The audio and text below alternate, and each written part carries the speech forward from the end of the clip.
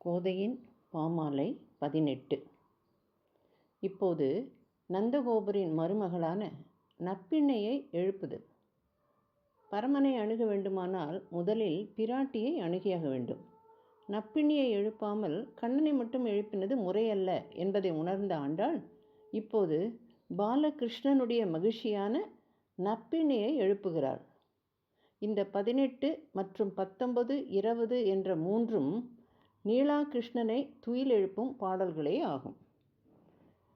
11வது பாசுரம் பார்ப்போம்.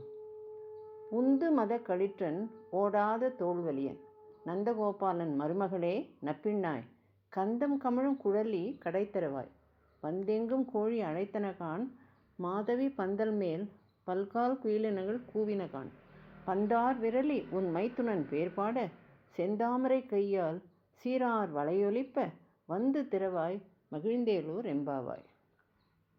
மதநீரை பெருக விடுகின்ற மத யானையின் பலமும் போரில் பின்வாங்காத தோல் வலியும் படைத்த நந்தகோபனின் மருமகளே நப்பிண்ணையே நறுமணம் வீசும் கூந்தலை உடையவளே கதவை திற. நாற்புறத்திலும் கோழிகள் கூவி அழைக்கின்றன. கந்தம் கமழும் குழலி கடை திறவாய் என்று பிரார்த்திக்கின்றனர். கதவை முழுவதும் திறக்காவிட்டாலும் பரவாயில்லை, எங்கேயாவது ஒரு கோடியில் திறந்தாலும் போதும், நாங்கள் சேவித்துக் கொள்கிறோம். எதற்காக வந்திருக்கிறீர்கள் என நப்பிண்ணை வினவ, உன் மைத்துனன் பேர் பாட நாங்கள் வந்திருக்கிறோம் என்கிறார்கள். உன் பேர் பாடவும் வந்திருக்கிறோம்.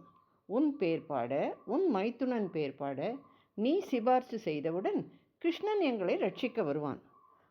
வந்தெங்கும் கோழி அழைத்தனகான் மாதவி பந்தல் மேல் குயிலினங்கள் கூவினகான் நீயே வந்து பார் என்றார்கள்.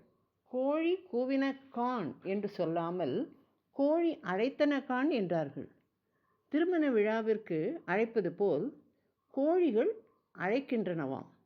யாரையெல்லாம் அழைக்கின்றன தெரியுமா? எங்களையும் அழைக்கின்றன, உன்னையும் கிருஷ்ணனையும் சேர்த்து அழைக்கின்றன என்று விளக்கம் அளிக்கின்றனர்.